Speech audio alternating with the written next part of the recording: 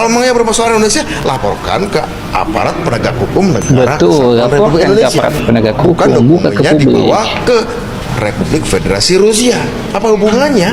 Gak ada. Sebelum saya menjadi ketua umum Golkar, ide pertama yang mengeluarkan untuk Pilpres ditunda itu adalah ide Menteri Investasi. Nah, Yaitu saya.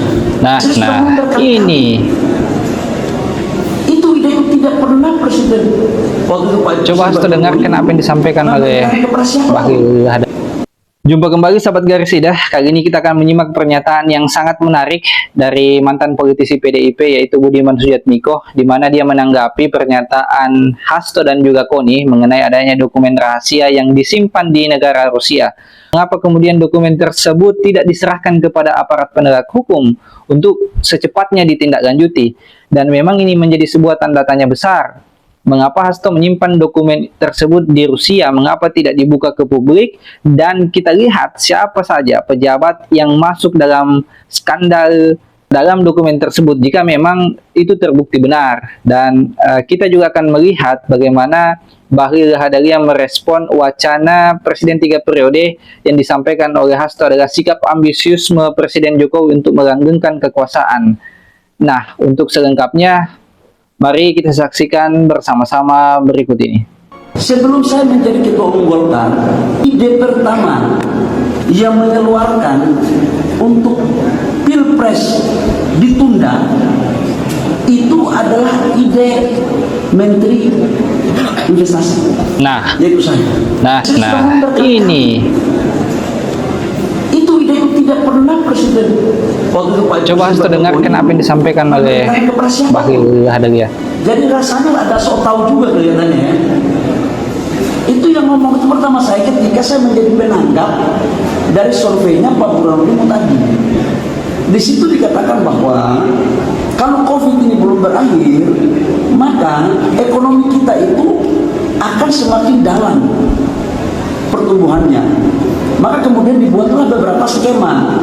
Waktu itu saya didatangi oleh beberapa kelompok pengusaha dan teman-teman investor. Jangan diputar kaset kotor dong.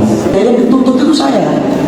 Waktu itu sebagai Menteri Investasi yang mengeluarkan ide pertama untuk penundaan Pilpres. Jadi jangan kalau sakitnya di kepala jangan ganggu di kaki ya. Ketika saya mengkritisi bagaimana demokrasi harus ditegakkan, bagaimana suara rakyat tidak bisa dikebiri, bagaimana negara hukum tidak bisa dimatikan, dan bagaimana watak kekuasaan yang otoriter, yang menindas rakyatnya sendiri harus dihentikan. Saya sudah memahami berbagai resiko yang akan saya hadapi ketika muncul berbagai intimidasi agar tidak dilakukan pemecatan terhadap sosok yang memiliki ambisi kekuasaan sehingga konstitusi pun sepertinya mau dilanggar dengan perpanjangan masa jabatan 3 periode ataupun perpanjangan masa jabatan itu.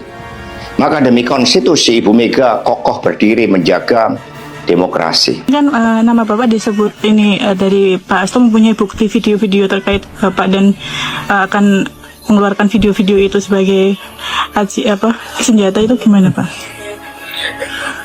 Iya.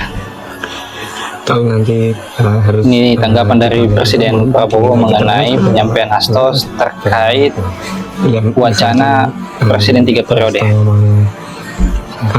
Mengungkapkan seperti itu, kemudian dari pihak proses hukum perlu meminta keterangan Pak Jokowi. Pak, kalau kemarin Pak Hasto sempat menyebut kalau ada pejabat negara yang menginginkan 3 periode sendiri, seperti apa Pak? Ya, ini saya ulang lagi, tidak pernah yang namanya saya Pak Jokowi tampak marah dengan pernyataan dari Hasto kepada siapapun. Tanyakan saja ke Ibu Mega, atau tanyakan saja ke Mbak Puan, atau tanyakan saja ke partai-partai, kapan, di mana Atau siapa yang saya utus? Nggak pernah ada. Ya, Seperti itu, jangan menjadi framing jahat seperti itu. Betul. Merugikan ya Pak? Ini framing jahat dari Hasto. Seperti apa Pak dengan adanya framing seperti itu Pak?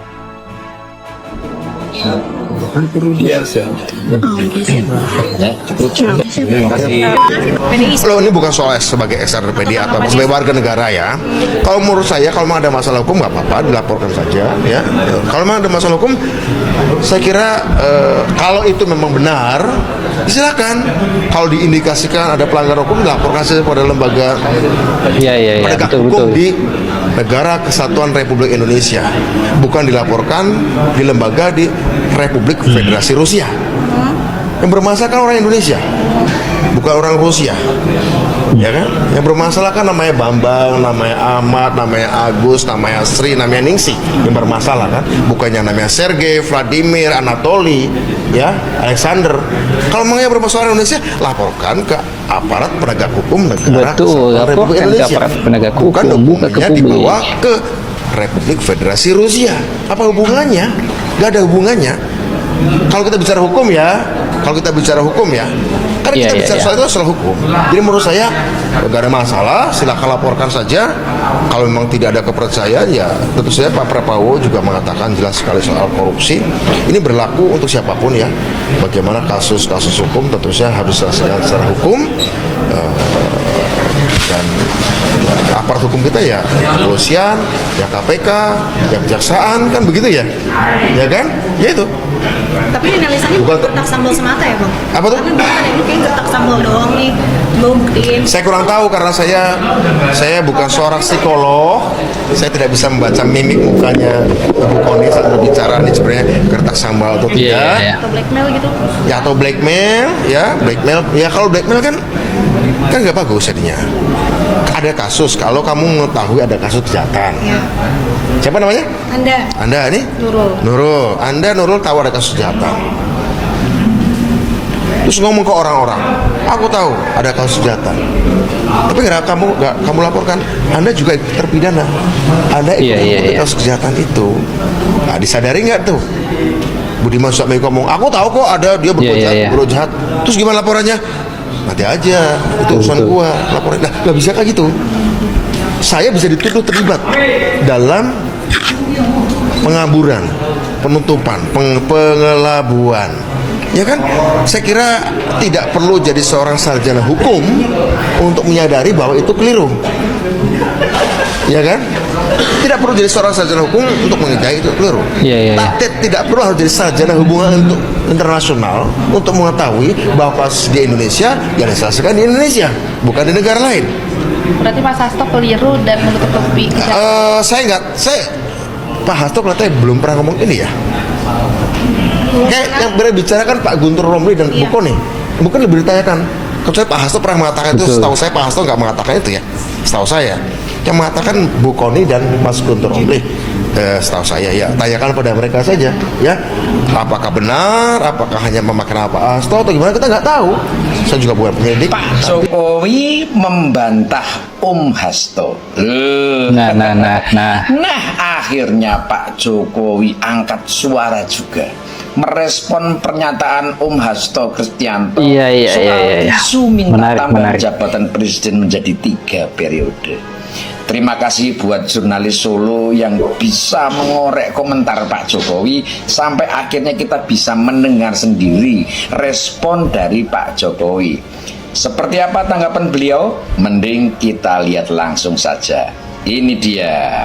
Ini dari Pak Hasto punya bukti video-video terkait Bapak dan akan mengeluarkan video-video itu sebagai senjata itu gimana? Ya nggak apa-apa.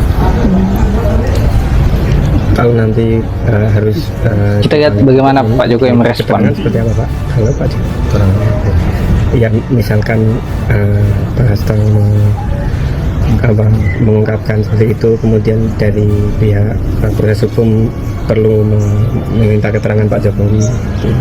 Diberi keterangan. Pak, kalau kemarin Pak Hasto sempat menyebut bahwa ada pejabat negara yang menginginkan 3 periode sendiri, seperti apa? Ya, ini saya ulang lagi, tidak pernah yang namanya saya minta perpanjangan atau 3 periode kepada siapapun. Tanyakan saja ke Ibu Mega, atau tanyakan saja ke Mbak Puan, atau tanyakan saja ke partai-partai, kapan, di mana, atau siapa yang saya utus. Nggak pernah ada. Betul ya.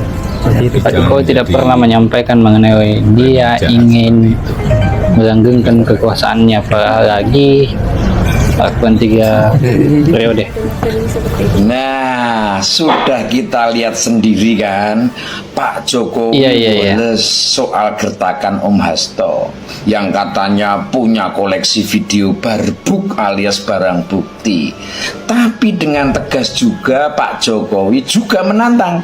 Silahkan tanya ke Bu Mega, Mbak Puan, atau partai-partai apakah beliau pernah meminta tambahan jabatan 1 periode atau mengutus seseorang untuk menyampaikan itu. Betul. Lagian Mbak Puan kan juga sudah pernah mengklarifikasi soal ini ketika Adiana Pitupulu kayak Om Hasto ini bilang kalau Pak Jokowi minta tambahan 1 periode lagi ke Ibu Mega. Jangan-jangan Om Hasto ini dapat bahannya dari Adiana Pitupulu dan kekeh menganggap itu benar. Tapi mari kita lihat sendiri klarifikasi dari Mbak Puan Maharani. Nah, ini klarifikasi dari Mbak Puan. Membantah usulan tersebut datang dari Presiden Joko Widodo seperti yang mencuat dari pernyataan Wakil Ketua Tim Koordinasi Relawan Pemenangan Pilpres PDIP Adiana Pitupulu di salah satu TV swasta. Puan lantas menegaskan Presiden Joko Widodo tak pernah meminta jabatan ini ke partainya secara resmi. Mbak Puan pun menegaskan bahwa memang Pak Jokowi tidak pernah mewacanakan 3 periode sesuai dengan konstitusi, apalagi menginginkan 2 kali melaksanakan berbagai cara untuk melanggengkan kekuasaannya. Tidak, Pak Jokowi tidak pernah melakukan itu. Mekanismenya dari mana, kemudian seperti apa, kan waktu itu tidak ada mekanisme yang kemudian memungkinkan untuk melakukan perpanjangan atau melakukan 3 periode. Tapi benar Mbak, Pak Jokowi pernah datang ke Bu Mega untuk meminta hal itu, Mbak? Oh enggak, nggak pernah. Setahu saya nggak pernah beliau meminta untuk perpanjangan 3. Nah, tidak pernah. Cara baru mendapatkan informasi. Sudah ya, kita sudah melihat 2 statement. Pertama dari Pak Jokowi, yang kedua dari Mbak Puan Maharani. Jadi kok masih bisa-bisanya ya Om Hasto ini kekeh sumekeh menyatakan di depan media, di depan publik, di depan rakyat Indonesia bahwa Pak Jokowi meminta pengajuan tambahan 1 periode untuk menjadi presiden. Bahkan beliau bilang katanya punya video-video yang berisi barang bukti keterlibatan pejabat negara. Pak Hasto, Anda sudah meniup peluit. Mulai dan hadapi saja semuanya. Kalau memang Anda benar, bagus juga buat bangsa ini. Tapi kalau tidak, mohon dipertanggungjawabkan. Semoga bermanfaat. Nah, bagaimana pendapat sahabat Garisida? Silahkan tulis di kolom komentar. Jangan lupa like, share, dan subscribe jika konten ini menarik. Dan sampai jumpa di konten berikutnya.